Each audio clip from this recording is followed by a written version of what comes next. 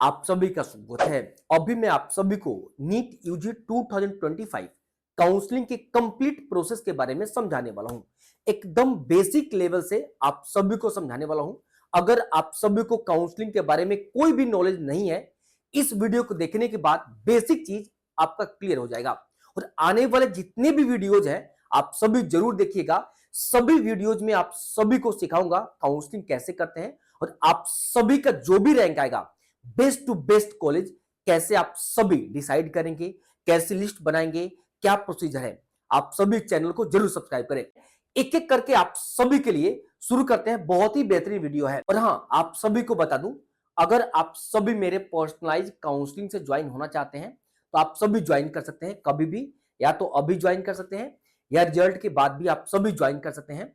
बहुत ही बेहतर तरीके से काउंसलिंग मैं खुद आपका कर दूंगा। एक बार मैं आप सभी को दिखा देता हूं। तो ये जो देख रहे हैं आप सभी कॉलेज का डिटेलिंग है। जैसे मेरा पर्सनल गाइडेंस काउंसलिंग को परचेज करते हैं, आप सभी जिस भी स्टेट से बिलोंग करते हैं, आपके स्टेट के सभी कॉलेज का इस तरीके से डिटेलिंग लिस्ट मिल जाएगा। जैसे उत्तर प्रदेश से बिलोंग करते हैं तो मैं एग्जाम्पल देकर ये लिस्ट मैं आपको समझा रहा हूं। ये उत्तर प्रदेश का एक मेडिकल कॉलेज का पूरा डिटेलिंग है। कितना एस्टेब्लिशमेंट कब हुआ था, हॉस्पिटल बेड, सीट कितना, academic, nodal centre, principal, dean, email ID, इस कॉलेज के बारे में डिटेल है। क्या फी स्ट्रक्चर है, हॉस्टल अवेलेबल है या नहीं, एयरपोर्ट से distance, railway station distance, PG availability क्या है, बॉन्ड ईयर, इंफ्रास्ट्रक्चर, एडवांटेज क्या है, डिसएडवांटेज क्या है। इसको पढ़ेंगे तो आपको समझ में आ जाएगा कि आपके लिए कॉलेज है नहीं, प्रेफरेंस लिस्ट देना है नहीं देना है, सेटिस्फेक्शन क्या है, पेशेंट फ्लो क्या है, पेमेंट मोड क्या है, लोकेलिटी क्या है। मतलब complete A to Z information college का आपको मिल जाएगा।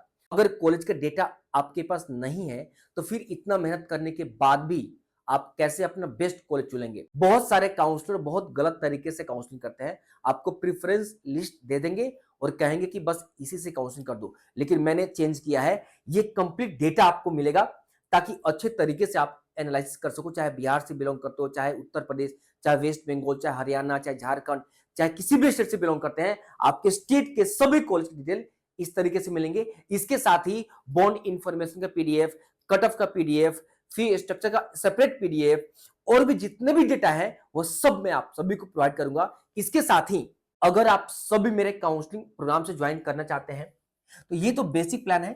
इसमें कॉलिंग फैसिलिटी अवेलेबल नहीं है। इसमें डेटा और जो भी व्हाट्सएप ग्रुप नोटिफिकेशन आपको मिल जाएंगे। बट अगर आप सभी चाहते हैं कि नहीं मैं खुद आपका ए टू जेड काउंसलिंग करूं, तो गवर्नमेंट एमबीबीएस बीडीएस के लिए कराना चाहते हैं तो ये आप सभी परचेज कर लीजिएगा। इसमें कंप्लीट आप सभी ऑल इंडिया कोटा स्टेट का सभी नोटिफिकेशन व्हाट्सएप ग्रुप मेरा ऐड आपको मिल जाएगा। कंप्लीट कॉलेज का डिटेल आपको मिल जाएगा। जो भी अभी डिटेल दिखाया वो आपको कॉलेज का मिल जाएगा। Cut off, fee structure, bond information, सभी डेटा आप सभी को, फोन असिस्टेंस, कॉलिंग असिस्टेंस आपको मिल जाएगा। इसके साथ ही मेरे से व्हाट्सएप चैट पर्सनली कर सकते हैं। बेस्ट प्रेफरेंस लिस्ट आपका रैंक के अकॉर्डिंग। सबसे इंपॉर्टेंट डिसीजन मेकिंग कि आपको क्या करना है, स्टेट में जाना है कि ऑल इंडिया कोटा में, बेस्ट क्या आपके लिए रहेगा, कैसे लिस्ट प्रिपेयर करूंगा। आपका सजेशन कुछ रहेगा तो आप मुझे बताइएगा, मैं अपना सजेशन दूंगा। बेस्ट कोऑर्डिनेट से best to best college decide करके लिस्ट बनाकर मैं आपको दिला दूंगा। अगर डीम्ड और डीम्ड प्राइवेट एमबीबीएस बीडीएस के लिए ये आपके लिए है। बट अगर आप सभी को सिर्फ कराना है गवर्नमेंट आयुष या वेटनरी नर्सिंग के लिए तो आप सभी को 3499, और ये रहा complete A to Z plan for government MBBS BDS veterinary AYUSH nursing. मतलब सभी के लिए करना चाहते हैं, मार्क्स कम है तो ये रहा। आप सभी को क्या करना है, मेरा मोबाइल एप्लीकेशन गोल एमबीबीएस आप सभी डाउनलोड कर लीजिए। आप सभी यूपीआई से पेमेंट कर सकते हैं या आप सभी क्यूआर कोड से भी पेमेंट कर सकते हैं। ये जो नंबर आप सभी देख रहे हैं इस नंबर पे आप सभी मेरे टीम से संपर्क कर सकते हैं। शुरू करते हैं, आप सभी देखें। सबसे पहले स्टार्ट करते हैं बच्चों MCC all India quota 15% counselling के बारे में। तो मैं आप सभी को बता दूं एमसीसी का पोर्टल सेपरेट होता है। मैं आप सभी को आगे बताऊंगा कैसे अप्लाई होता है। और इसी पोर्टल पे जाकर आप सभी को सबसे पहले रजिस्ट्रेशन करना होता है। अब जब आप रजिस्ट्रेशन करने जाएंगे तो किस किस चीज के लिए रजिस्ट्रेशन करेंगे, तो मैं आप सभी को बता दूं यहाँ पे all India quota 15% MBBS BDS seat के लिए रजिस्ट्रेशन होता है। हालांकि यहाँ पे एमबीबीएस बीडीएस और नर्सिंग के लिए भी होता है। नर्सिंग के कुछ कॉलेज के लिए भी यहाँ पे होता है। अब आप सभी पूछेंगे ऑल इंडिया कोटा 15% क्या होता है। देखो इंडिया में जितने भी स्टेट्स हैं उन सभी स्टेट्स को मिलाकर जितने भी गवर्नमेंट एमबीबीएस सीट हो या गवर्नमेंट बीडीएस सीट हो या गवर्नमेंट आपका नर्सिंग का सीट हो, उन सभी सीट का 15% जो है वो काउंसलिंग करता है एमसीसी। ये मैं बात करूं गवर्नमेंट मेडिकल कॉलेज का, मतलब जीएमसी का, राइट। तो ये एमसीसी होता है।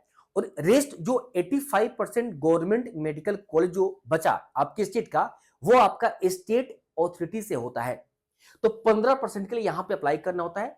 तो जितने भी स्टूडेंट्स को लगता है कि मेरा सिलेक्शन हो सकता है या हमें काउंसलिंग में पार्टिसिपेट करना चाहिए, उन सभी ए टू जेड स्टूडेंट्स को एमसीसी के पोर्टल पे ये पार्टिसिपेट करना यानी रजिस्ट्रेशन करना अनिवार्य होता है। आगे चलते हैं रेस्ट पार्ट स्टेट कोटा से। अब यहाँ पे 100% एमबीबीएस बीडीएस का सीट जो है वो बीएचयू का इसी से होता है। मैं इसको मिटाता हूं। अब कुछ स्टूडेंट्स ये कहेंगे कि भैया बीएचयू तो उत्तर प्रदेश में आता है, बनारस हिंदू यूनिवर्सिटी बनारस में यूपी में आता है, तो फिर इसका सभी के सभी सीट एमसीसी क्यों होता है? तो मैं आप सभी को बता दूं कि बनारस हिंदू यूनिवर्सिटी यानी बीएचयू जो है वो स्टेट ऑथोरिटी के अंदर नहीं आता है।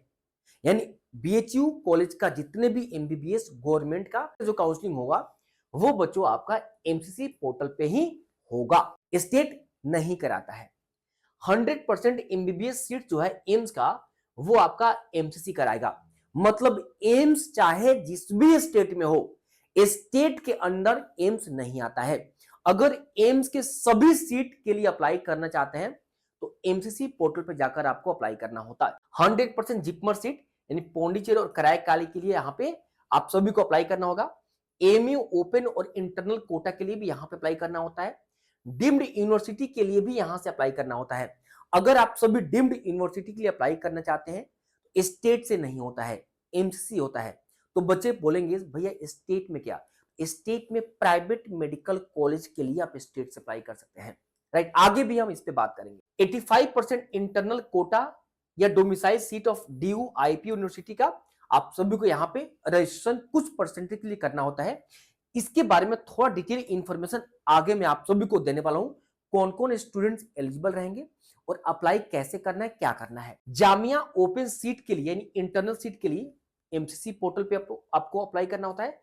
15% ऑल इंडिया ईएसआईसी कोटा। अब बच्चे बोलेंगे ईएसआईसी कोटा क्या है? इंप्लॉय यानी कुछ ऐसे इंप्लॉय होते हैं जहां पे काम करते हैं, जॉब करते हैं, वहां पे ईएसआईसी आईडी कार्ड बनता है उनके पेरेंट्स का। अगर आपके पापा मम्मी का ईएसआईसी कार्ड है, आप सभी एलिजिबल हैं। उनके कार्ड पे आप सभी रिलेशनशिप से आप सभी इसका फायदा ले सकते हैं, बहुत ही कटअप कम जाता है। एएफएमसी की बात करूं तो आपको यहां पे रजिस्ट्रेशन करना होता है, लेकिन एएफएमसी पे सिर्फ यहां पे रजिस्ट्रेशन कराना होता है। बाकी रजिस्ट्रेशन के बाद ये एमसीसी पूरा डेटा, जितने भी स्टूडेंट्स एएफएमसी के लिए क्लिक करेंगे तो पूरा डेटा एएफएमसी को चला जाता है और वहां से शॉर्टलिस्ट होकर लिस्ट जारी करता है। इसके बाद नर्सिंग का आप सभी को जितने भी सीट है 100%, ये 100% है, उसका सीट पे काउंसलिंग एमसीसी करता है।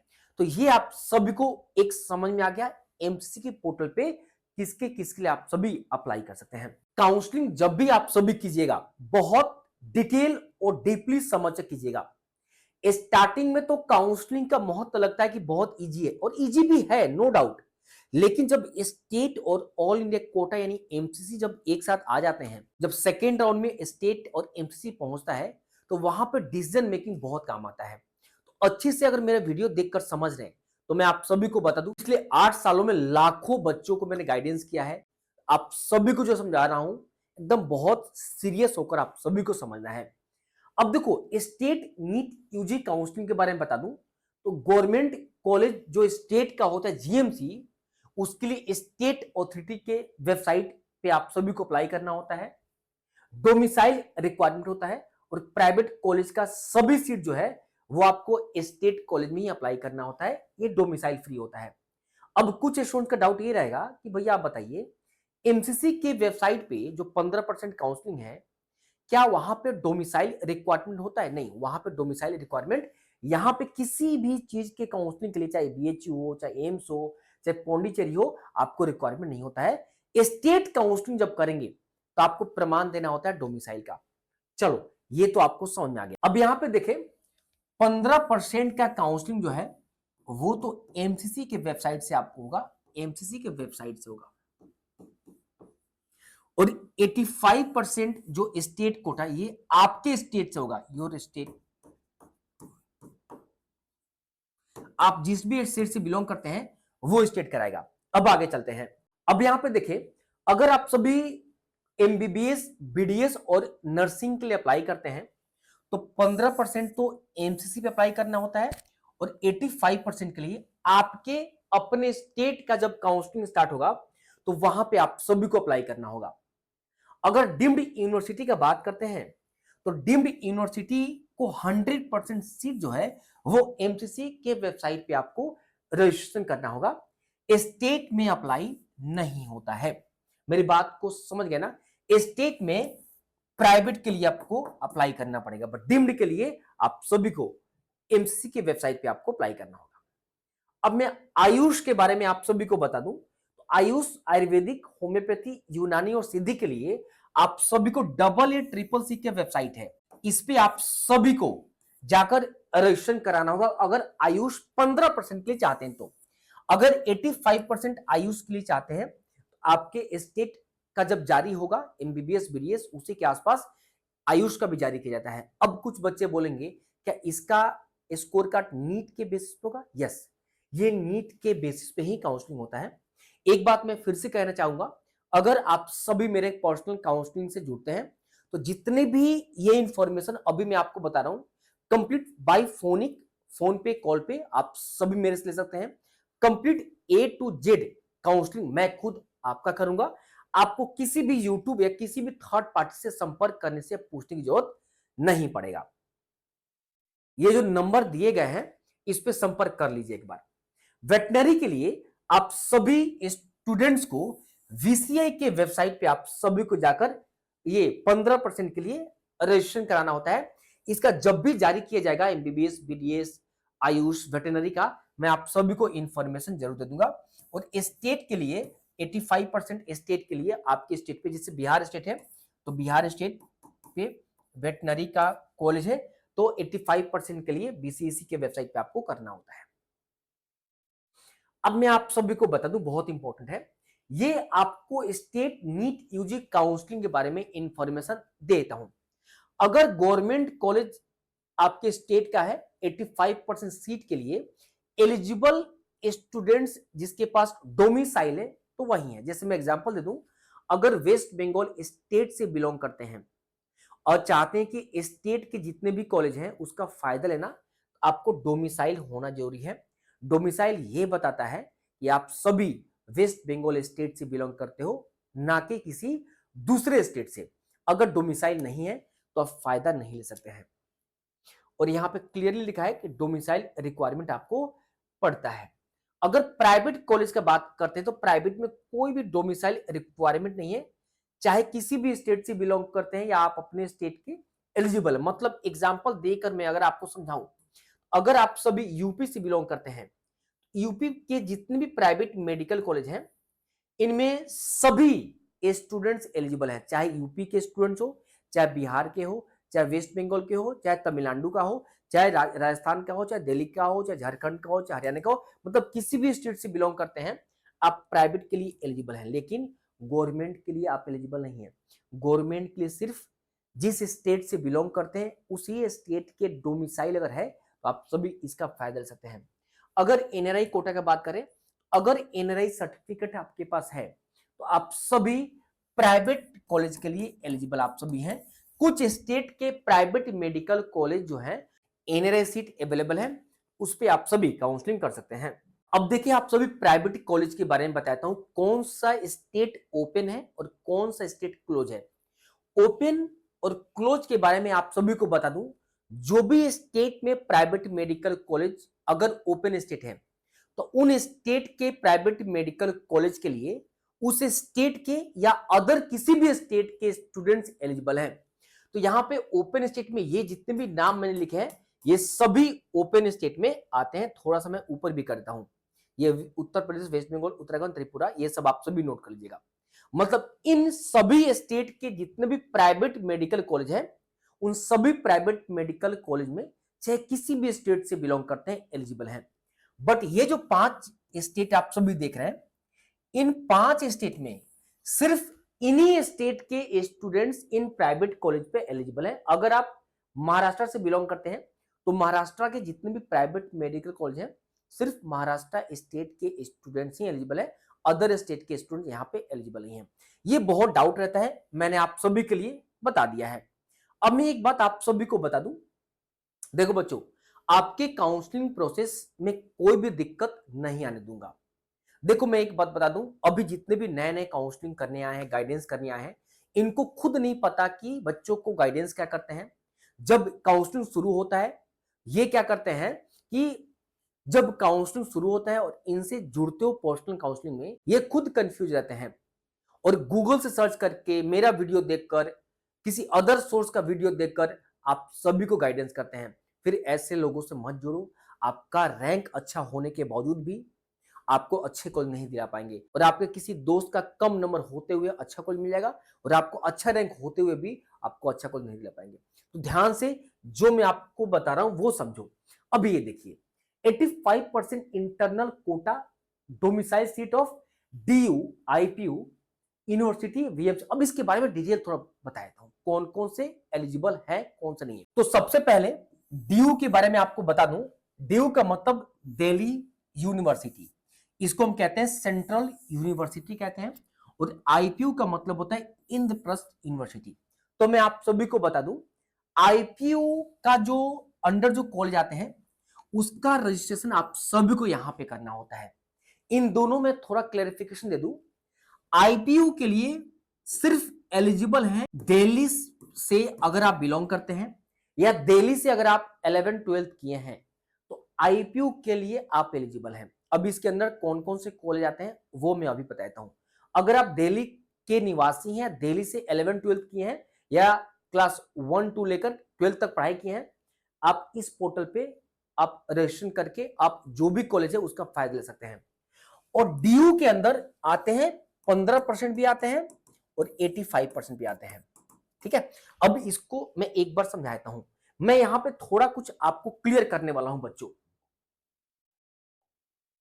अब देखो, अगर आप सभी दिल्ली के निवासी हैं या दिल्ली में 11-12 तक पढ़ाई किए हैं तो मैं आप सभी को बता दूं, ये एमसीसी का पोर्टल है। यहां पे देख रहे हैं ना, ये एमसीसी का पोर्टल है। जब एमसीसी का काउंसलिंग बच्चों होता है, यहां पे लिखा है कि क्लास 12th और इक्विवेलेंट डिटेल, और स्कूल स्टेट यहां पे बॉक्स में आप सभी देख रहे हैं। इसको जब सिलेक्ट करेंगे, Jamia Millia Islamia new Delhi, NCT of Delhi, other than Jamia, Aligarh Muslim university Aligarh और अदर। देखो, तो अदर स्टूडेंट्स सिलेक्ट कौन करते हैं? जो दिल्ली स्टेट से पढ़ाई नहीं की है या दिल्ली स्टेट की निवासी नहीं है, किसी अदर स्टेट की निवासी है एक्सेप्ट दिल्ली, अदर आप सिलेक्ट करते हो। लेकिन अगर दिल्ली स्टेट से बिलोंग करते हो तो यहाँ पे Delhi of NCT Delhi select करते हो। ये सिलेक्ट करते ही मैं आप सभी को बता दूं, यहां पे ऑप्शन आपको आईपीयू का भी मिल जाता है और यहां पे डीयू का भी ऑप्शन आपको मिल जाता है एक्स्ट्रा में। लेकिन जो बच्चे यहां पे अदर सेलेक्ट करते हैं, इन दिल्ली के निवासी नहीं है, दिल्ली से 11-12 नहीं करते हैं, उनको ये ऑप्शन नहीं मिलता है। मैं मिटा देता हूं, उनको ये सब ऑप्शन मिलता है जो दिख रहा है। मेरी बात समझ है ना? ये मैं उस समय बताऊंगा। थोड़ा सा आपको मैं हिंट्स इसलिए दे रहा हूं और समझा रहा हूं ताकि अभी से थोड़ा समझे रहेंगे, उस समय दिक्कत आपको ज्यादा नहीं होगा, वो दिमाग में रहेगा। ये आई थिंक आप सभी को समझ में आ गया। अब मैं आपको बता रहा हूं कि इसके अंदर कौन कौन से कॉलेज आते हैं दिल्ली यूनिवर्सिटी के अंदर और आईपीयू के अंदर। 3 मेडिकल कॉलेज दिल्ली यूनिवर्सिटी के अंदर आता है, Maulana Azad Medical College, University College of Medical Science और लेडी हार्डिंग। ये ओनली गर्ल्स के लिए है, ये ओनली गर्ल्स के लिए है। ठीक है, अब ये 3 कॉलेज आते हैं। तो देखो, अगर आप दिल्ली स्टेट से बाहर से बिलोंग करते हैं, मतलब दिल्ली के निवासी भी नहीं है, 11th-12th भी दिल्ली से नहीं किया है, इन 2 कॉलेज के लिए बॉयज के बारे में बात करूं, अगर आप बॉयज हैं, इन दोनों कॉलेज के 15% के लिए एलिजिबल हैं। अगर आप सभी गर्ल्स हैं, इन तीनों के 15% के लिए एलिजिबल हैं। लेकिन अगर आप दिल्ली से बिलोंग करते हैं, 11-12 दिल्ली से किए हैं, तो आप 15% के लिए भी एलिजिबल है और 85% के लिए भी एलिजिबल है। अब मैं एक बात छोटा सा क्लियर कर देता हूं, अगर आप सिर्फ जो मैं अभी बता रहा हूं वो सिर्फ और सिर्फ दिल्ली स्टेट के स्टूडेंट्स के लिए ही है, या दिल्ली से 11th-12th की हैं। अगर आप सभी दिल्ली स्टेट से पढ़ाई की हैं या दिल्ली स्टेट के निवासी हैं, तो एमसीसी के वेबसाइट पे ही एमसीसी के वेबसाइट पे ही इन तीनों कॉलेज का आप सभी को 15% भी और 85% भी सिलेक्ट करने का आपको मौका दिया जाएगा। मतलब दिल्ली स्टेट का सेपरेट कोई आपको वेबसाइट नहीं है। हाँ, एफएमएसजी है, जो कि अलॉटमेंट के बाद वहां पर रजिस्ट्रेशन करना होता है। मतलब इन तीनों कॉलेज का 15% भी और 85% भी आप सभी को एमसीसी के वेबसाइट पे ही करना होगा। अब बाकी स्टेट के स्टूडेंट्स ये पूछेंगे, जैसे एग्जांपल देकर मैं समझाता हूं। अगर कोई स्टूडेंट हरियाणा से बिलोंग करता है, तो वो पूछेंगे क्या एमसीसी ही 15% और 85% कराते? तो नहीं। अगर आप हरियाणा से बिलोंग करते हैं तो सिर्फ 15% आपको एमसीसी कराता है, और स्टेट के वेबसाइट पे 85% होगा। मतलब स्टेट आपका कराएगा। ये सिर्फ दिल्ली के लिए ही है, समझाऊंगा मैं, ठीक है। ये सभी आई थिंक आप सभी को बेसिक चीज क्लियर हो गया होगा। आगे चलते हैं। अब ये तो डीयू के 3 कॉलेज हैं। अब आईपीयू के अंदर ये 5 कॉलेज आते हैं, 1 2 3 4 5। Vardhman Mahavir medical college and Safdarjung new Delhi, PGIMER doctor RML, Baba Saheb Ambedkar, NDMC और आर्मी कॉलेज। ये सिर्फ आर्मी का मैं बताऊं इस बारे में। ये 5 कॉलेज आईपीयू के अंदर आता है। अब इन 5 कॉलेज में से आउट ऑफ 5 कॉलेज 2 कॉलेज ये जो देख रहे हैं, ये 2 कॉलेज का 15% आप सभी को, इसका 15% आप सभी को एमसीसी कराएगा और 85% भी एमसीसी कराएगा, ठीक है। 15% के लिए एलिजिबल सभी स्टेट के स्टूडेंट्स हैं और 85% के लिए एलिजिबल ओनली दिल्ली के स्टूडेंट्स और दिल्ली से पढ़ाई के स्टूडेंट्स के लिए है। आई थिंक आप सभी को समझ में आ गया होगा, ये नोट डाउन कर लेना। अब बाकी जो बचे 3 कॉलेज, 1 2 3, इन 3 कॉलेज पे आप सभी को आईपीयू के वेबसाइट पे रजिस्ट्रेशन करना होगा, और एलिजिबल 85% के लिए सिर्फ दिल्ली स्टेट से बिलोंग करने वाले और 11th-12th करने वाले 85% के लिए इसके लिए एलिजिबल है। जैसे मैंने अभी आप सभी को बताया था, मैं एक बार आप सभी को दिखाया, तो वेबसाइट कौन सा है मैंने स्टार्टिंग में आप सभी को दिखाया था। यहां पे एक बार देखें, ये जो वेबसाइट है, ये इन 3 कॉलेज के लिए आप सभी को यहां पे रजिस्ट्रेशन करना होगा। अब यहां पे एक कॉलेज देख रहे हैं आप सभी, ये army college of Medical science new Delhi, ठीक है। इसके बारे में आप सभी को बता दूं, ये आर्मी कॉलेज यानी आर्मी फैमिली बैकग्राउंड से बिलोंग करने वाले स्टूडेंट्स के लिए ये बहुत बेनिफिट देगा। अगर ये पहले आपको बता दूं, नीट यूजी 2025 स्कोर के बेसिस पे होगा। गुरु गोविंद सिंह इंद्रप्रस्थ यूनिवर्सिटी के वेबसाइट पे आपको रजिस्ट्रेशन करना होगा, जो अभी वेबसाइट दिखा है दिल्ली के। मैं लिखा कि must be ward of serving और रिटायर्ड आर्मी पर्सन। यहाँ पे वेबसाइट का नाम कौन सा ये है। मैंडेटरी क्राइटेरिया क्या है, अगर आप पुलिस वेरिफिकेशन आपको कराना पड़ेगा सर्टिफिकेट के लिए। पेरेंट्स का आर्मी का आईडी कार्ड होना चाहिए, रिलेशनशिप सर्टिफिकेट होना चाहिए, सर्विंग सर्टिफिकेट अगर एप्लीकेबल है तो, और कास्ट सर्टिफिकेट एप्लीकेबल है तो।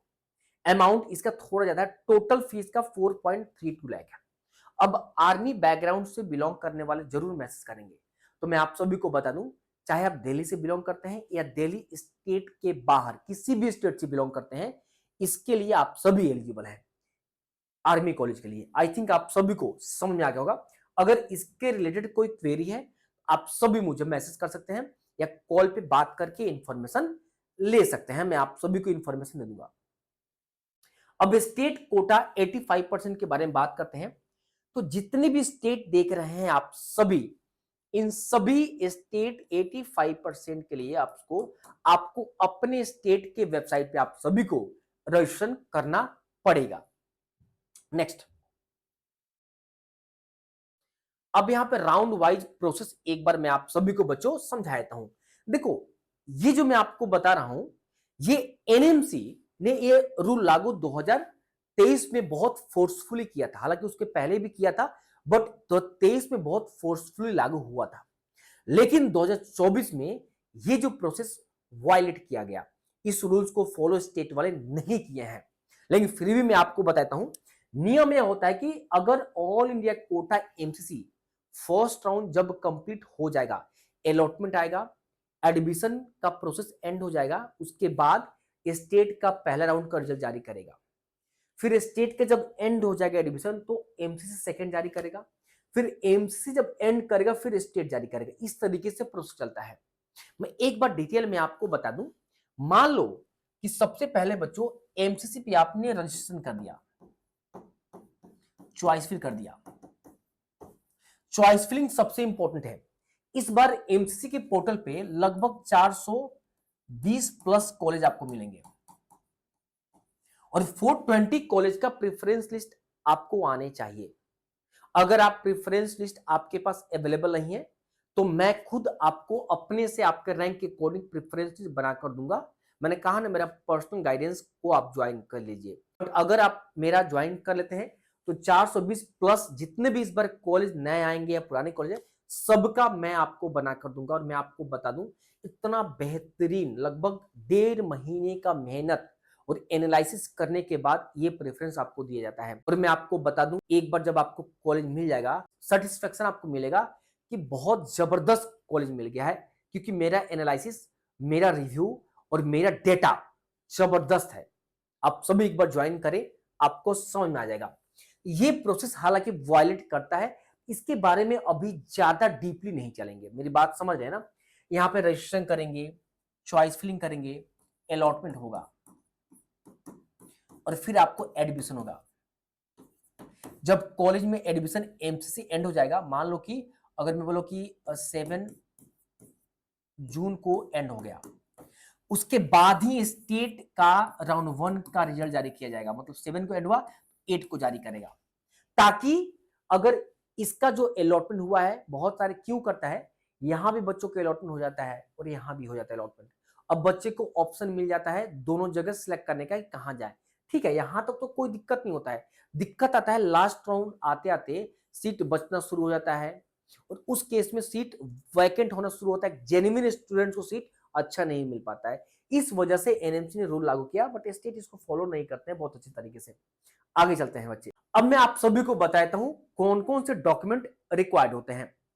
ये डॉक्यूमेंट देखें, सबसे पहले नीट एडमिट कार्ड आपको मिला होगा। तो नीट का एडमिट कार्ड बच्चों आप बहुत संभाल कर रखिए, ये रिक्वायरमेंट होता है। कई बार क्या होता है, एनटीए अपने वेबसाइट से एडमिट कार्ड डाउनलोड का ऑप्शन खत्म कर देता है, तो आप सभी डाउन ऑप्शन को जाकर अगर एडमिट कार्ड नहीं तो डाउनलोड कर लीजिए। ये स्कोर कार्ड या रैंक लेटर, मतलब आपको जो रिजल्ट जारी किया जाएगा वो आपको रखना है, डाउनलोड करना है। 10th का सर्टिफिकेट और मार्कशीट आपके पास होना चाहिए, 12th का यही सर्टिफिकेट मार्कशीट होना चाहिए। यहाँ पर डेट ऑफ बर्थ आपको प्रूफ माना जाएगा। ठीक है, गवर्नमेंट इशू किया गया कोई भी आइडेंटिटी कार्ड, चाहे Aadhaar card, pan card, passport, driving licence या voter ID card, 8 passport size photographs आपको लेके जाना है।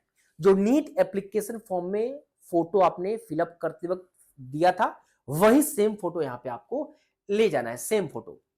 प्रोविजनल अलॉटमेंट लेटर, मतलब मैं आपको बता दूं, अगर एमसीसी हो या स्टेट का राउंड फर्स्ट का जो रिजल्ट जारी किया जाता है, उसी को प्रोविजनल अलॉटमेंट लेटर कहते हैं। वो प्रॉपर आपको जारी किया जाएगा कि कौन सा कॉलेज आपको अलॉट किया गया है, उसी को डाउनलोड करना है जब रिजल्ट जारी किया जाएगा तो अलॉटमेंट। उसके बाद अगर आप कैटेगरी सर्टिफिकेट अगर आपके पास है, चाहे आप ओडब्ल्यू ईडब्ल्यू से बिलोंग करते हो, एससी एसटी ओबीसी डब्ल्यूएस, तो आपके पास होना चाहिए। यहां पे थोड़ा सा मैं आपको समझाना चाहूंगा, अगर ओबीसी या ईडब्ल्यू से बिलोंग करते हैं तो आफ्टर 1 अप्रैल 1 अप्रैल 2025 के बाद का आपके पास सर्टिफिकेट होना अनिवार्य है। अगर आप सभी बोलते हैं कि 1 अप्रैल के पहले का है, मान्य नहीं होगा। 1 अप्रैल 2025 के बाद का होना मैंडेटरी है। अगर नहीं है, अभी आप सभी जरूर बनवा लें। एसटी एससी का कोई ऐसा लागू नहीं है। अगर 2020 का है, 21 का है, 22 का है, 19 का है, आप कोई दिक्कत नहीं है, आप एलिजिबल हैं, कोई दिक्कत नहीं होगा। अगर आप पीडब्ल्यूडी यानी आप फिजिकली हैंडीकैप है, तो अगर आप नीट फॉर्म में फिजिकली हैंडीकैप यस किया है तो सर्टिफिकेट आप सभी को बनवाना है। अगर 10th के मार्कशीट पे अगर आपके पास डेट ऑफ बर्थ नहीं लिखा है तो डेट ऑफ बर्थ सर्टिफिकेट होना चाहिए। अगर यहां लिखा है तो ये नहीं भी है तब भी चलेगा। माइग्रेशन सर्टिफिकेट कैंडिडेट के पास होना चाहिए। अदर बोर्ड और यूनिवर्सिटी अगर दूसरे बोर्ड में ट्रांसफर हुए हैं तो आप सभी के पास माइग्रेशन सर्टिफिकेट होना अनिवार्य है। आगे देखें आप सभी, डोमिसाइल सर्टिफिकेट रिक्वायरमेंट बहुत जरूरी है। अब मैं आप सभी को बता दूं, ये ऊपर का जितना भी सर्टिफिकेट आपने देखा ये एमसीसी के लिए लागू होता है, बट डोमिसाइल आपको सिर्फ स्टेट के लिए लागू होता है। मैंने बताया ना, डोमिसाइल सर्टिफिकेट सिर्फ स्टेट काउंसलिंग के लिए रिक्वायरमेंट होता है। आगे चलते हैं। अब बात है गैप सर्टिफिकेट। तो देखो बच्चों, अगर आपने 12th 2025 में किया है तो गैप सर्टिफिकेट आपको रिक्वायरमेंट नहीं है। अगर 2024 या 2024 के पहले आपने 12th पास किया है तो गैप सर्टिफिकेट रिक्वायरमेंट है।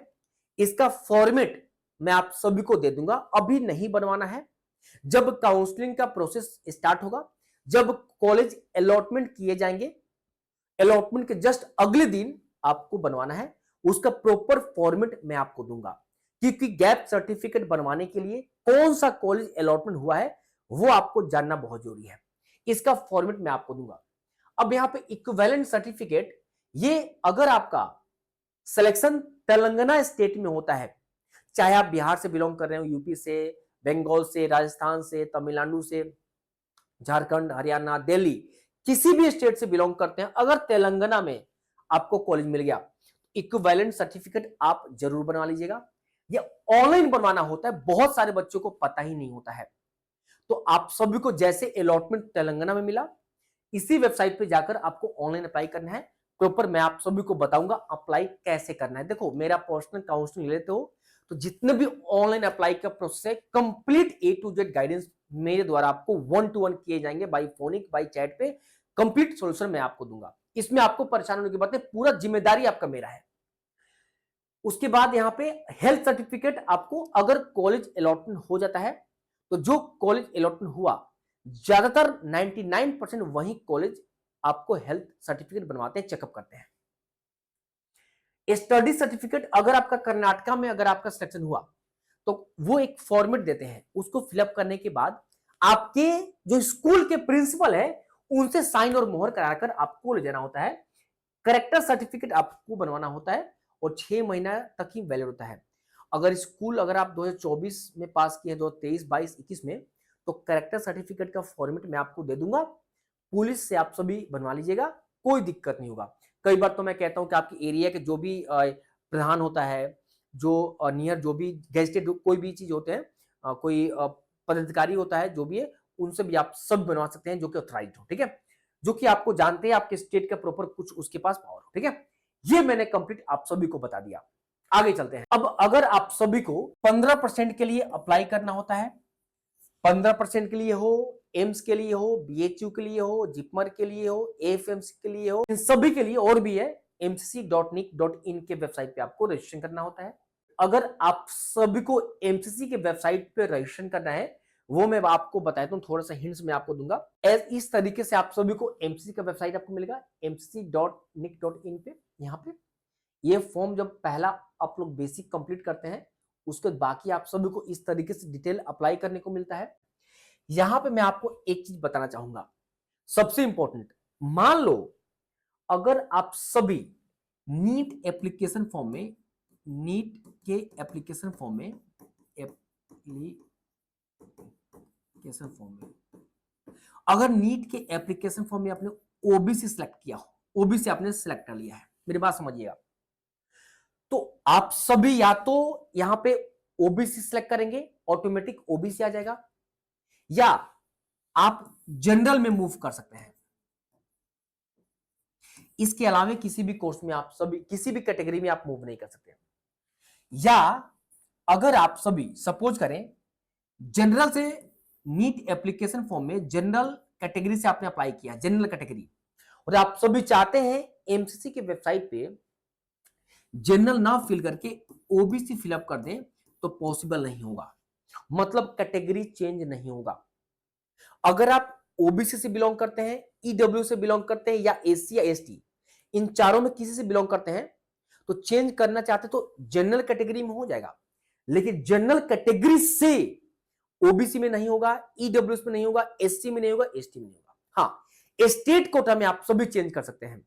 अगर नीट एप्लीकेशन फॉर्म में जनरल अप्लाई किया है तो आप सभी स्टेट 85% के लिए आप सभी जनरल से ओबीसी में चेंज कर सकते हैं, ईडब्ल्यूएस में चेंज कर सकते हैं, एससी में चेंज कर सकते हैं, एसटी में चेंज कर सकते हैं। बट यहां पे आप सभी नहीं ले सकते क्योंकि ऑटोमेटिक आप सभी को लेगा। देखो ये बच्चा ईडब्ल्यूएस सेलेक्ट किया था, ऑटोमेटिक लिया है, बट इसको चेंज करना है, इसके पास जनरल ईडब्ल्यूएस का ऑप्शन दे रहा है या जनरल के ऑप्शन दे रहा है, बाकी ओबीसी एससी एसटी किसको ऑप्शन नहीं दे रहा है।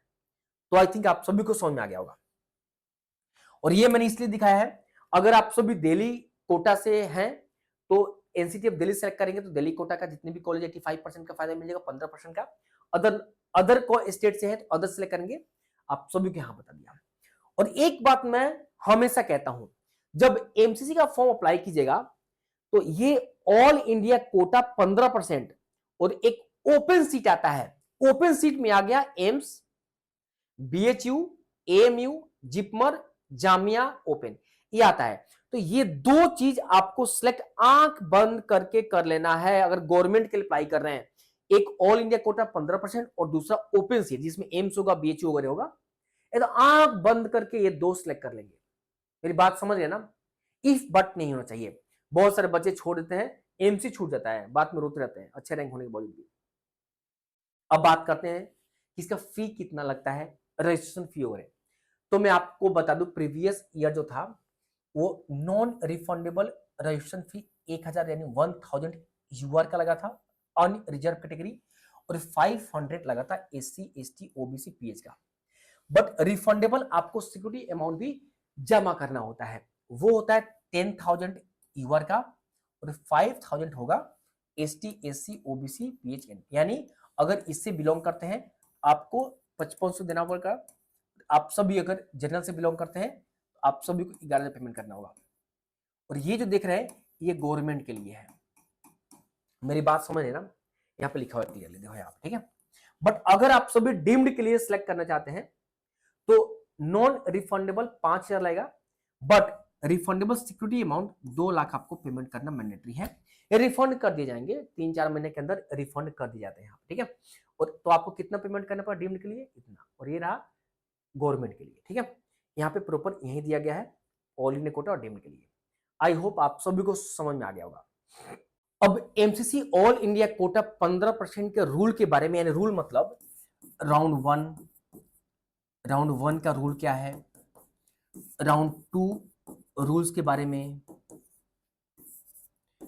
राउंड 3 रूल्स के बारे में, राउंड 3 के मॉपअप राउंड कहते हैं, एस्ट्रे राउंड, स्पेशल स्टे, ये कंप्लीट रूल्स एंड रेगुलेशंस का वीडियो मैं आप सभी को बना दूंगा।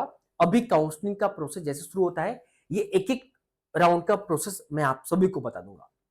आप सभी मेरे टेलीग्राम से जरूर ज्वाइन कर लीजिए, कंप्लीट अपडेट मैं आप सभी को वहां पे दूंगा। और हाँ, मैं आप सभी को बस इतना ही कहूंगा कि आप सभी मेरे काउंसलिंग प्रोग्राम से ज्वाइन कर लीजिए। मैं ये नहीं कहता हूं कि आज ही ज्वाइन कीजिए, रैंक आता है उसके बाद ज्वाइन कर लीजिएगा।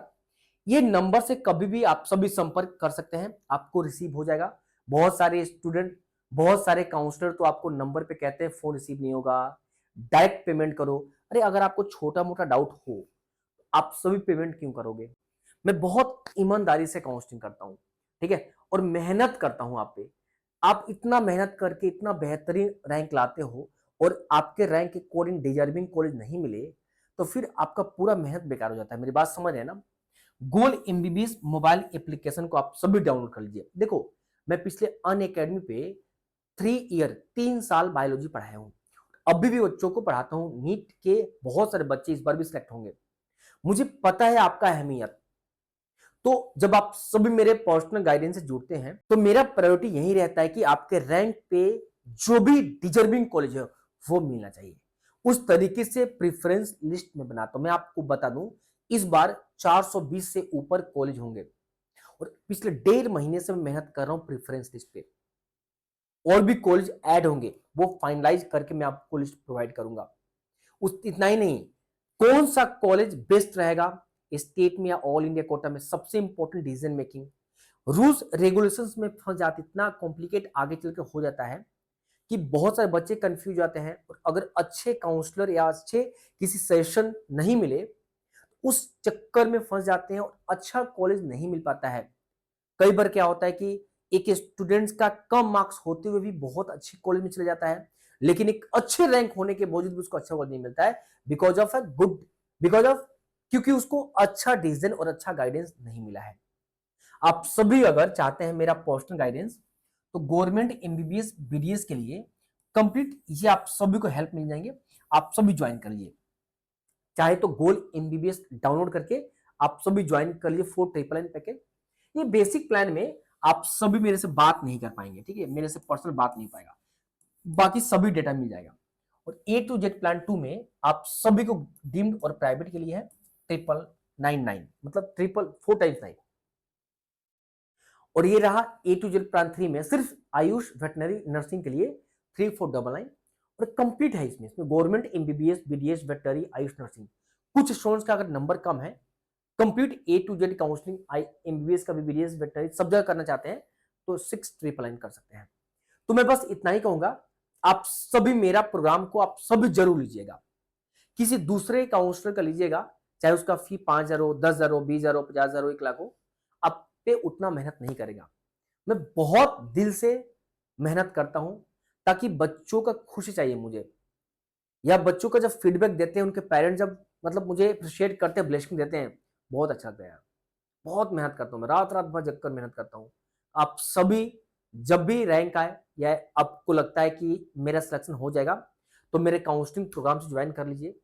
कंप्लीट डेटा मैं आपको अभी दे दूंगा, ताकि आपके स्टेट का जितना भी कॉलेज है सभी एक बार पढ़ो, क्या एडवांटेज है, क्या एडवांटेज है, क्या कमी है, हॉस्टल फैसिलिटी में क्या दिक्कत, सब एक लिस्ट में दे दूंगा सभी कॉलेज का, ताकि आपको लंबे समय मिले। ज्वाइन करने के लिए संपर्क भी कर सकते हैं, या डायरेक्ट इस गोल एमबीबीएस पे रजिस्टर करके, मैंने लिंक डिस्क्रिप्शन बॉक्स में दे दिया है, आप सभी रजिस्टर कर दीजिए।